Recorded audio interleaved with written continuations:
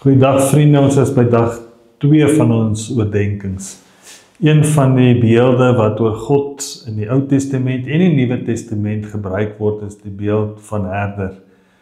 God se herderskap staan in die Bybel altyd in die konteks van redding, van verlossing, van vertroosting, van sorg, van God se verbintenis met sy kinders.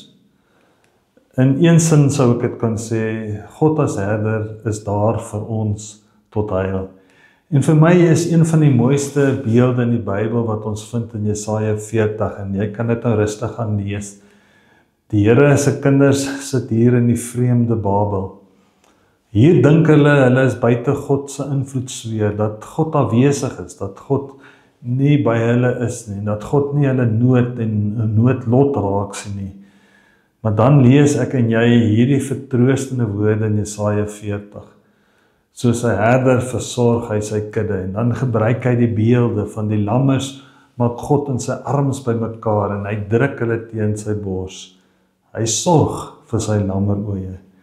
God se grootste sorg vir jou en vir my is juist die kruis en die opstanding van Jesus Christus.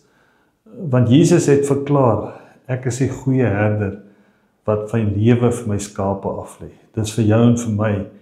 En omdat ek jou herder is, het ek jou nie alleen net gered nie, sê Jesus, maar jy is so waardevol dat ek jou op jou naam roep, dat ek jou naam ken. Jy is myne, en niemand gaan jou uit my hand ruk nie. Nie enige vorm van teenspoed nie. In voorspoed en in teenspoed kan ek en jou ons lewe aan die Here vertrou. God is ons diepste hartsverlange. Sit jou hande in God se hand. Amen.